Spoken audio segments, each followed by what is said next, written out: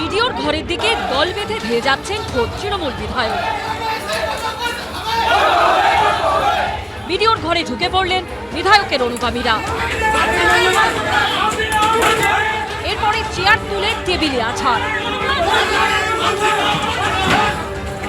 আসবাবপত্র ভাঙচুর। মুর্শিদাবাদের ফরাক্কায় ভিডিও অফিসে বুধবার দেখা গেল এই ছবি, যার জেরে সাময়িকভাবে বন্ধ হয়ে গেল এসআইআর এর শুনানি। এদিন শুনানি চলাকালীন তৃণমূল কর্মী সমর্থকদের নিয়ে ভিডিও অফিসে হাজির হন তৃণমূল বিধায়ক মনিরুল ইসলাম। ভিডিও অফিসের বাইরে স্লোগান দিতে থাকে তারা। ভেতরে তখন চলছিল এসআইআর এর শুনানি।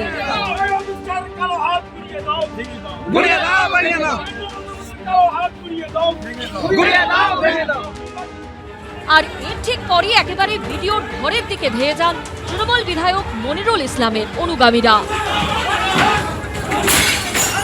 স্লোগান দিতে দিতে মূল দরজা দিয়ে ঢুকে পৌঁছে যান ভিডিও ইয়ারও ঘরে।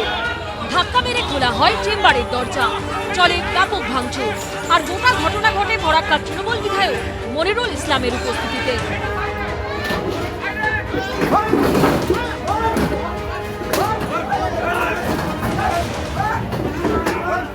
বিক্ষোভকারী তৃণমূল কর্মী সমর্থকদের অভিযোগ, এসআইআর এর নামে হয়রানি করা হচ্ছে। চরম এই বিশৃঙ্খলার জেরে বন্ধ হয়ে যায় শুনানির প্রক্রিয়া।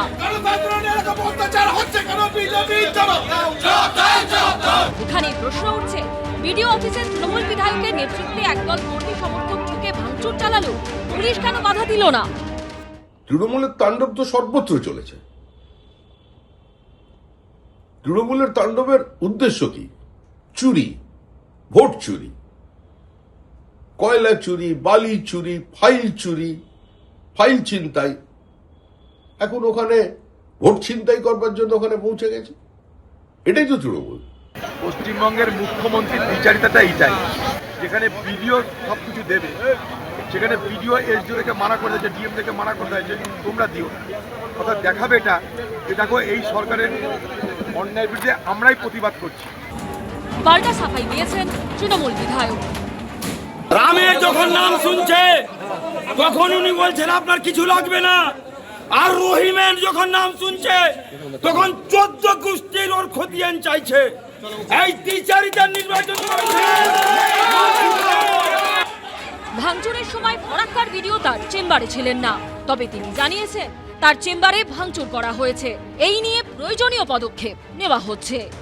পরে ফারাক্কার ঘটনায় থানায় লিখিত অভিযোগ করেন বিডিও, কিন্তু যেখানে তাণ্ডবের ছবি সামনে এসেছে তৃণমূল বিধায়ক এবং তার অনুগামীদের স্পষ্ট দেখা গেছে, তারপরও বিডিওর তরফে এফআইআর করা হয়েছে অজ্ঞাত পরিচয়দের বিরুদ্ধে।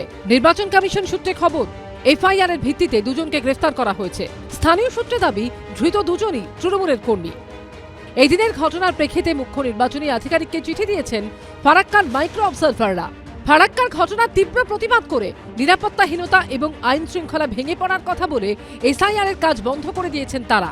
এর পাশাপাশি কোনো বড় ঘটনা ঘটার আগেই সিইও যেন ফারাক্কার ঘটনাটিকে অত্যন্ত গুরুত্ব দিয়ে বিবেচনা করেন, তাও বলা হয়েছে মাইক্রো অবজারভারদের চিঠিতে। রাজীব চৌধুরী, রুমা পাল ও বিজেন্দ্র সিংহ রিপোর্ট, এবিপি আনন্দ। এবিপি আনন্দ, এগিয়ে থাকে, এগিয়ে রাখে।